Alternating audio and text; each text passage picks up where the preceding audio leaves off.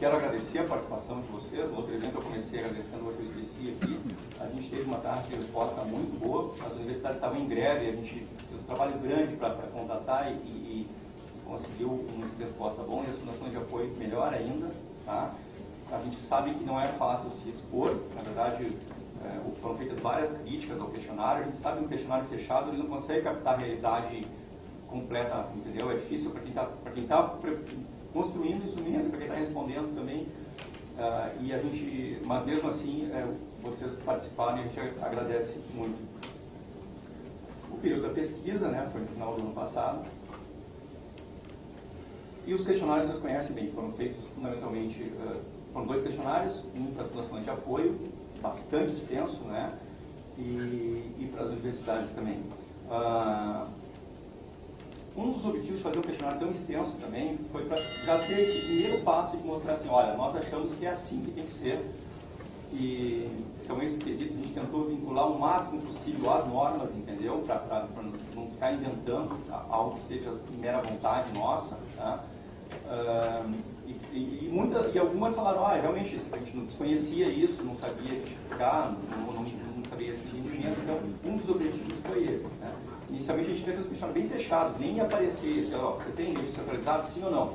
Se respondesse não, nem abriria todos os requisitos que o registro centralizado tem. E aí foi uma sugestão do Guilherme, que a gente abrisse isso para permitir que as pessoas saibam se vai implantar o registro centralizado, já tem algumas diretrizes para seguir. Então, aqui a composição dos questionários da Fundação de Apoio, que é maior, o das universidades foi mais sucinto. Uma série de itens, esses que estão em amarelo aqui são os que apareceram mais oportunidades para melhoria, né? Os atributos do site, a questão dos projetos e convênios, principalmente prestação de contas e convênios, os agentes participando dos projetos, que envolve a questão das bolsas, e o registro das despesas. Tá? Cartão projeto, praticamente ninguém usa, acho que ninguém usou. Tá? Então, mas essas foram as questões centrais. Bom, registro centralizado de projetos. Com relação às universidades, assim, se tivesse uma coisa que a gente gostaria que tivesse melhor, é a questão do registro centralizado. Isso é uma exigência que vem desde 2010 já. A gente entende que é uma ferramenta essencial para que a universidade tenha conhecimento dos seus projetos. Às vezes estão em sistemas dispersos ou não estão em sistemas, né? Então, é uma questão que é importante. Além disso, uma mesma universidade tem 4, 5, 6 fundações de apoio e é inviável ficar, não é inviável, mas é muito mais difícil ficar coletando informações de todas elas para poder fazer uma análise mais completa. Um coordenador, um pesquisador, ele pode ter projetos em mais de uma fundação, isso é factível, né? Então, em algum lugar tem que ter essa informação e é importante para a universidade ter, não é nem para nós, é para a universidade ter essa informação, para a comunidade acadêmica ter. Então, a maior parte das IFES, 73%, não disponibiliza registros centralizados, tá? Só 13% indicam o percentual de execução atual do projeto, tá? Isso é uma exigência da norma também, né? Acompanhamento em tempo real. Menos 5% permite o acompanhamento em tempo real da execução. Eu peço desculpas se não dá para ler, mas como eu falei, não funcionou o software e isso aqui é uma alternativa que eu trouxe, então não tenho como aumentar aqui, tá? Então aqui estão o resumo das estatísticas. Todos os gráficos vão aparecer aqui quando tiver laranja, fundação de apoio, quando tiver em azul é IFES ou Instituto Federal. Então, olha só, o valor do projeto tem um índice baixo no caso das IFES, no caso das fundações é um pouco melhor, mas deveria ser 100%, né? Nessa relação de projetos, a gente gostaria de ver o valor do projeto, né? Quem é o coordenador, ter links de acesso para documentação, para outras informações do projeto, enfim, há possibilidade de melhoria. E o principal, que vai ter um achado específico a respeito, é a questão de ser apresentada na forma de relação, poder ordenar e filtrar, poder exportar. Aí tem a questão, então, assim, em termos de publicidade, pelo menos no que diz respeito às fundações, o quadro não é ruim, né? As informações estão disponíveis. Agora, a forma de ter acesso às informações é mais complicada. Outro dia eu li alguém comentando, falou de uma pesquisa que finalmente tiraram de dentro dos PDFs, uma pesquisa sobre saúde, que estava e o pesquisador falou assim, estava escondido dentro dos PDFs. A gente tem que sair dos PDFs e ir para as planilhas, para as ferramentas de manipulação de dados.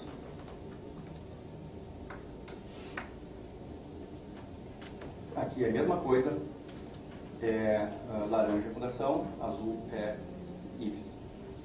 A gente tem um volume, os questionários foram muito extensos, então a gente tinha um volume muito grande de parâmetros, né? Se a gente usasse todos, ia ficar um quadro distorcido, porque ia faltar alguma coisa, então a gente fez uma seleção. Olha, vamos pegar alguns itens que a gente considera essenciais e vamos construir um índice de transparência aqui, para cada uma dessas áreas aqui. Então, aí a gente fez uma ponderação, a maioria com peso 1, mas pegou assim, ó, na área de projetos, o que é fundamental? É fundamental ter o coordenador, é fundamental ter o valor do projeto e tal, e fez essa ponderação. Então, o índice médio de transparência com relação aos projetos das fundações 0,65 e das universidades 0,22. E aqui está a distribuição deles, né? Então, satisfatório é maior que 0,8, insuficiente de 0,6 a 0,8, deficiente de 0,4 a 0,6 e muito deficiente. Não deve estar dando para ler daí, né? Mas, o importante aqui não é o índice, tá, pessoal? Isso aqui é só para dar um quadro mais geral, assim, para a gente poder falar de forma mais ampla sobre o atendimento a esses requisitos que a gente entende que são aplicáveis, tá? Então, assim, eu já ouvi isso é bom, vamos botar um índice para a gente perseguir. Não é esse o nosso objetivo. Nosso objetivo é só sintetizar, tornar a informação mais sintética para vocês. E para o relator e para a própria equipe. Então, qual é a proposta com relação às IFES? Implantar um registro centralizado, né, e que a gente colocou no questionário e coloca aqui. Um único sistema informatizado na internet, que tem que abranger todos os projetos de todas as fundações, e que permite o acompanhamento não só da tramitação interna e da execução físico-financeira de cada projeto. Bem como dados relativos à seleção para concessão de bolsa. Isso aqui tudo está na norma, né? São tudo exigências que tem na norma sobre o registro centralizado. E a proposta para as FAPs. Divulgar também, né? Isso, as funções de apoio, elas estão melhor nesse aspecto, né? A gente ficou surpreso, porque em termos de publicidade está bom. A questão é a questão de como está sendo divulgado, né? Então, a nossa ideia, assim, ó, é essa questão da relação, da lista de projetos. Tem fundações que tem todas as informações que a gente quer lá, mas está tudo em PDF. Eu quero saber qual é os 10 maiores projetos da fundação. Eu vou ter que percorrer todos, e eles são centenas, talvez milhares de projetos, entendeu? E isso é uma questão relevante, isso é importante. E o que é essencial ter nessa lista? Aí a gente selecionou alguns itens, né, como o nome do projeto, o valor do projeto, o valor executado, a data de vigência, o nome do coordenador, a unidade acadêmica ou administrativa, tá? E um link para a área de outras informações do projeto, por exemplo, os termos daquele projeto, os documentos, as visitações, entendeu? A questão da transversalidade, eu não preciso percorrer, vou procurar outro menu, eu já vou direto nas informações sobre aquele projeto.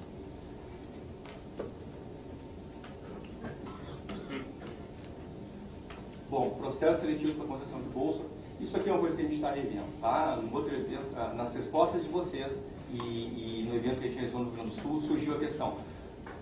Tem casos que não cabe processo seletivo para bolsa. Eu tenho orientando doutorado, mestrado, é ele que vai trabalhar nessa pesquisa, vai ser a dissertação, vai ser a tese dele. Não tem por que fazer o processo seletivo.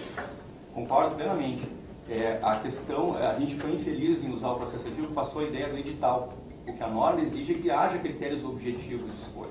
E para mim é tranquilo que se o pesquisador vai orientar alguém, vai fazer uma pesquisa que é o projeto, que está envolvido no projeto, basta ele justificar. Olha, vai ser assim, não precisa fazer não faz sentido, né? Não tem a menor lógica fazer um edital.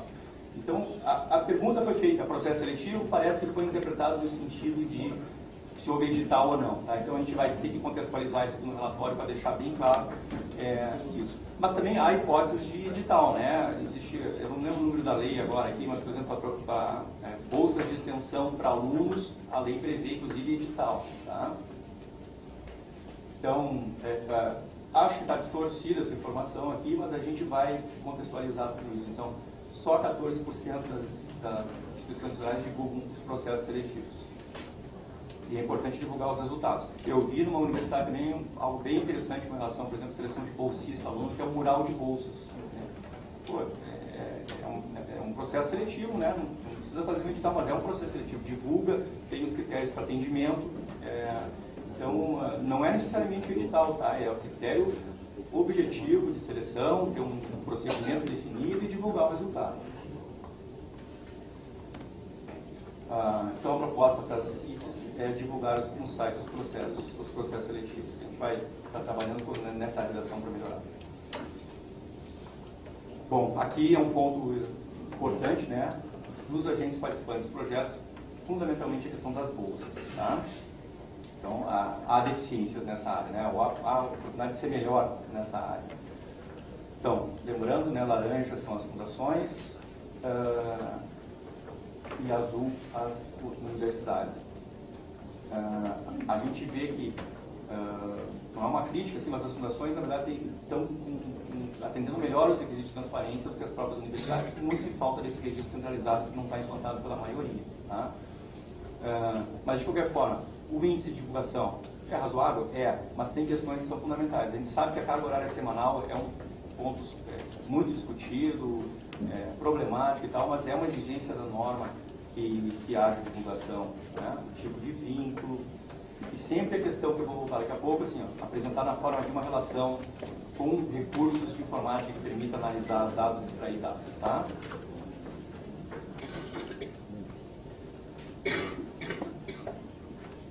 Aqui a questão do índice também, volto a dizer assim, ó, a ideia é dar um quadro geral, mostrar mais ou menos como é que está a distribuição. A gente não vai individualizar, o nosso compromisso com vocês desde o início foi, não vamos expor ninguém, tá? E esse índice, sim, ele é mais para dar uma noção da distribuição de como está. Tá? Se a gente tivesse considerado todos os requisitos, seria mais a imagem negativa, entendeu? Porque foram muitos itens no questionário, alguns nem são obrigatórios, então a gente fez uma seleção daqueles que a gente achou mais importantes. Então, a nossa proposta é que haja divulgação na relação dos agentes participantes dos projetos desses itens, né? O nome, o CPF, a matrícula, o tipo de vínculo, projeto, unidade acadêmica, carga horária, pagamentos recebidos e link para os respectivos documentos. Tá? Com relação aos recursos dos sites, houve algumas questões também. Todo mundo tem página na internet, isso é mais ou menos esperado, né? Aí nesse caso as universidades, porque tem mais recursos, tem muito mais atribuições do que as fundações, né? Então elas estão atendendo um pouco melhor. E o site das fundações, a questão principal vai cair sempre nessa questão, assim, ó, gravação de relatórios, né? Ferramenta de pesquisa, é uma questão a ser aperfeiçoada no que diz respeito aos sites das fundações de apoio. Tá? Acessibilidade, pessoas com deficiência também. Aqui é a questão do índice, né? A direita melhor, a esquerda pior.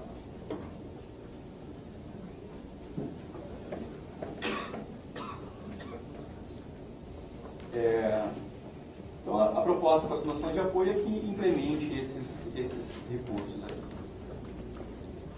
Bom, se da perspectiva das universidades, e dentro desse trabalho, o importante é o registro centralizado, com relação às fundações de apoio, é a questão da granularidade e interoperabilidade. As informações estão lá, a gente consegue acessar na maioria das vezes a informação, mas ela não está em formato que permita que a gente use e extraia e faça análise. Tá?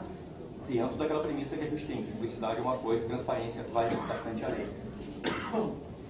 Então, aqui são alguns itens. O primeiro conjunto aqui são projetos, o segundo são agentes, depois convênios e contratos, as seleções públicas, sempre que eu falar seleção pública é licitação, tá? Ou dispensa da licitação, e o registro da despesa.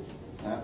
Então, assim, ó, verde divulga na forma de uma relação, as minhas despesas, todas as despesas de uma forma de relação, seria o verde. A relação de agentes, tá? Os agentes de bolsistas, né, estão na forma de relação, 48%, não já cai um pouco o índice. Essa cor do meio, eu sou meio daltônico, não sei se é rosa ou lilás, não sei bem, recursos de ordenação e filtragem, né, e totalização, aí já cai um pouquinho o índice. E com relação à exportação da planilhas para outros formatos, aí é a parte mais deficitária. Então, volto a dizer, a publicidade nas situações de apoio, eu tenho segurança para afirmar que sim, mas atende os requisitos de transparência, né? Que, inclusive, eu vejo como ferramenta do próprio gestor. Talvez alguns de vocês tenham uma necessidade de ter alguns recursos para analisar as próprias informações, entendeu? E aí é que aparece isso, né? A maioria não tem esses recursos, pelo menos na forma que a gente questionou. Então, a proposta é que, na divulgação das informações nos sites, né, se adote esse padrão, né, de uma relação holista de planilhas, né, completo, né, atendendo essas questões da granularidade. Ou seja, a informação não pode ser sintética, ela tem que estar no maior nível de treinamento possível e interoperabilidade, para poder exportar isso.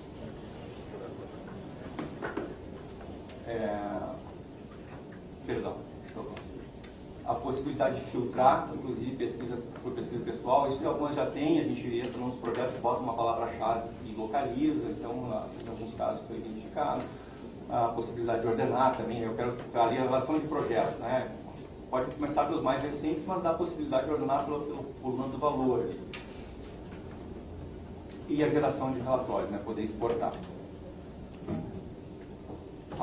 Isso é uma satisfação que eu tive também, assim, de ver em alguma fundação a produção dos dados é concomitante, é tudo feito por um sistema integrado, entendeu? Então a contabilidade já sai junto. Então é muito fácil ter o acompanhamento em tempo real, né? Cada pagamento que é feito já está registrado no sistema, né?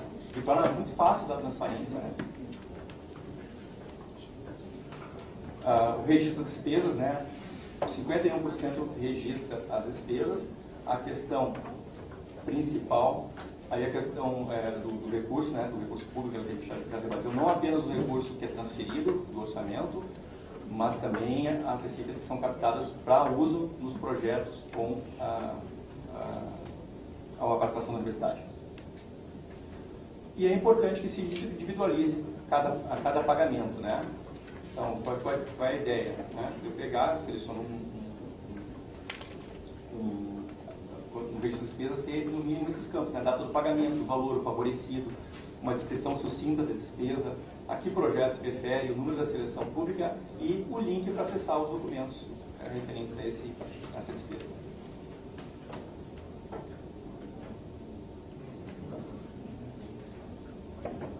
Então, existe divulgação? Existe, né? Mas tem questões básicas que não estão atendidas, né? Por exemplo, quem é o contratado? Só 32% indicam, né? O objeto do contrato. Então, há informações que poderiam estar disponibilizadas de uma forma melhor. Aqui é o índice também, né? Só para mostrar a distribuição com relação ao atendimento desses requisitos.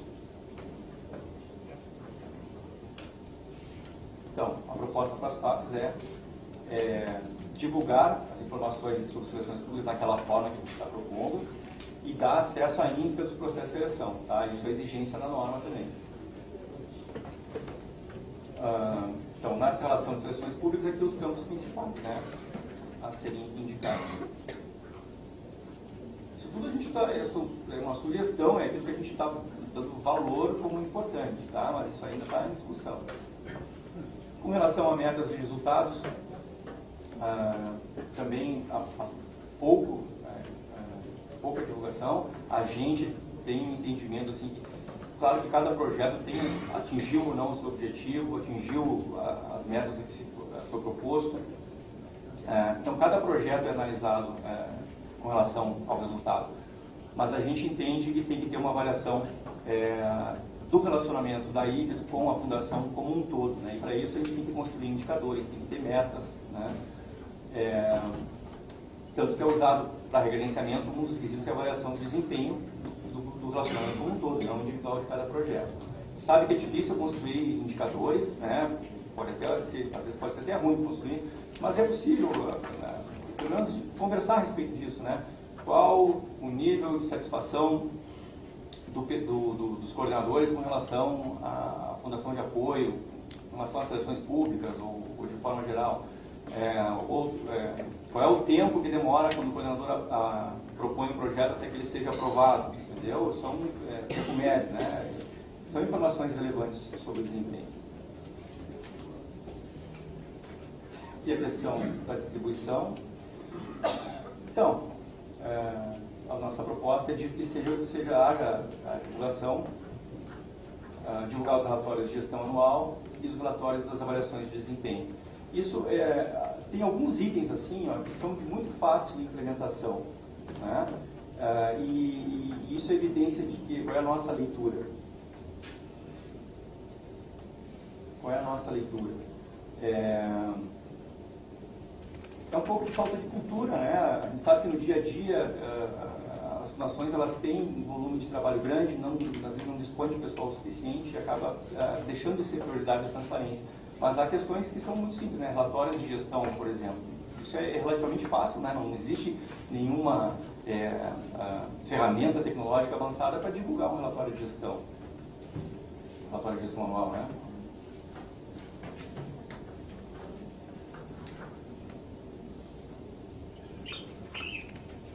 Informações institucionais, também aqui o quadro é melhor, né, mas sempre a oportunidade de melhorar. Voltando a essa questão das coisas que são fáceis de divulgar, né, que é uma questão mais assim de se organizar e ter a transparência como foco. Portaria de credenciamento, né, 51% das fundações divulgam, 38% das IVs. Isso é a base, né, não existe relacionamento, não pode transferir recurso sem credenciamento, né, é um requisito legal. Por que não divulgar, né? E é simples de implementar também.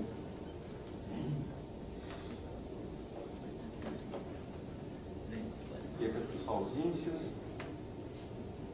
Então, a proposta é que realmente sejam divulgados esses elementos, lembrando sempre que a Fundação de Apoio é regida pelo princípio da publicidade, né? Então, esses documentos eles têm que estar divulgados. A questão do estatuto, eu já comentava, 80% divulga o estatuto. É bom, né? 80% é um índice bom, assim, ó, o estatuto tem que ser 100%, né? É básico de uma instituição, de uma fundação, ter o estatuto divulgado. E não tem dificuldade técnica nenhuma. Com relação aos convênios, o que apareceu foi a questão das prestações de contas. Tá? 58% das fundações de apoio disponibilizam a íntegra das prestações de contas. Tá? Só que a gente começou a perguntar, divulga na íntegra? Sim, mas tem os documentos fiscais? Não, só 14% tem. O extrato, 21%. Então, assim, divulga, mas não está exatamente a íntegra. Isso é exigência norma. Cada um desses itens aqui está especificado na norma lá. Então, aqui é a questão de disponibilizar a íntegra das prestações de contas. Com relação ao controle finalístico de gestão, essa questão aqui entrou mais para ver a questão da divulgação dos relatórios, né? Então, aqui diz respeito às IFs, tá? Então, assim, ó, realizou avaliação de desempenho de resultados, né? 36 realizou o procedimento, mas só 16 divulgou o relatório. Texto de fiscalização em bolsa, 16 fizeram, mas só 2 publicaram os relatórios. Texto de fiscalização em convênios, 32 fizeram, só 4 divulgaram os relatórios das fiscalizações. Então tem um espaço para dar mais transparência nesse aspecto.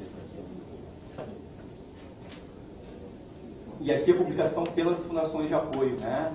Dos relatórios de auditoria independente, né? A cor mais clara ali se sofreu o procedimento de controle e a cor mais escura se publicou o resultado, né? Então, 28 informaram que sofreram fiscalização pela IFES, só 4 publicaram os relatórios. Em bolsas, 13 afirmaram que foram fiscalizadas, só uma publicou. Então, a publicação dos resultados é deficiente. Tá? 38 que receberam de CGU, nenhuma publicou o relatório.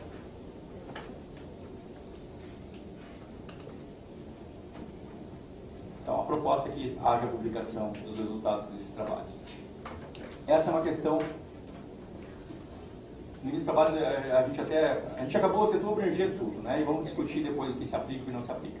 A questão das informações sigilosas era algo que estava colocando nessa categoria que para mim não era tão importante. Mas em algumas respostas, o pessoal colocou, como é que eu vou dar transparência? Eu tenho um contrato com uma empresa, mas ela quer sigilo, se eu revelar o nome do reagente que eu vou usar na pesquisa, eu tenho que ter esse cuidado. Bom, se aplicar a lei de acesso à informação, não vai ter problema, porque basta classificar a informação. Divulga o que pode ser divulgado. Tarja documentos, dá para fazer a tarja das partes que não podem ser publicadas. O tribunal, por exemplo, tem denúncias, quando chega uma denúncia lá, até que ela seja apurada, é dado tratamento sigiloso. Então, se pega o documento, ele é digitalizado e é feita uma tarja de tudo que possa identificar o denunciante, é tarjado. Depois pode decidir levantar o sigilo ou não. Mas então, existe solução para esse problema. Então, a própria lei, ela tem uma hipótese que prevê, nos casos de pesquisa, a necessidade de fazer a classificação da informação. Então, 51% não classifica a informação como sigilosa, tá? 7% classifica e 42% afirma que não tem. A proposta é que se implantar uma sistemática de classificação. Aqui o serviço de informação ao cidadão, também isso é discutível, aqui é preciso contextualizar também, a gente sabe que tem fundações e fundações. Tem fundações que arrecadam 600 milhões por ano e tem outras que praticamente não estão quase inativas, né? Mas assim, quando a gente fala esse sistema de informação ao cidadão, não é criar um departamento com 14 pessoas lá para atender o cidadão, não é essa a ideia. É ter um sistema. Como eu vou tratar, quando eu chegar uma demanda de alguém da comunidade acadêmica, de um cidadão, como é que isso vai ser tratado? Onde vai ficar registrado? E uma pessoa que eventualmente possa dar um atendimento presencial para as pessoas, uma ou duas, dependendo do porte da fundação, né? Outra coisa, o meu colega que fez trabalho comigo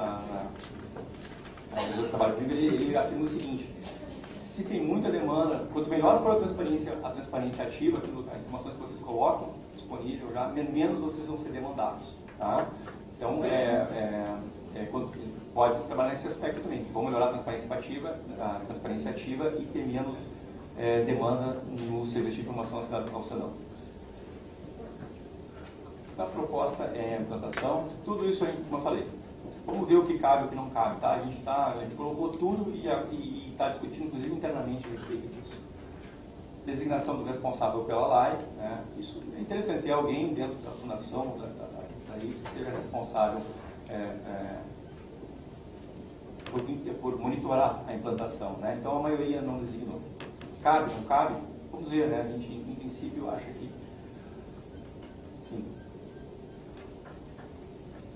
Então, essas foram as contações mais importantes, assim, tá? Como eu falei, tudo preliminar, tá, pessoal? Assim, contextualizado, a gente vai abrir oportunidade para discutir isso formalmente também, mas, em princípio, é essa a nossa visão.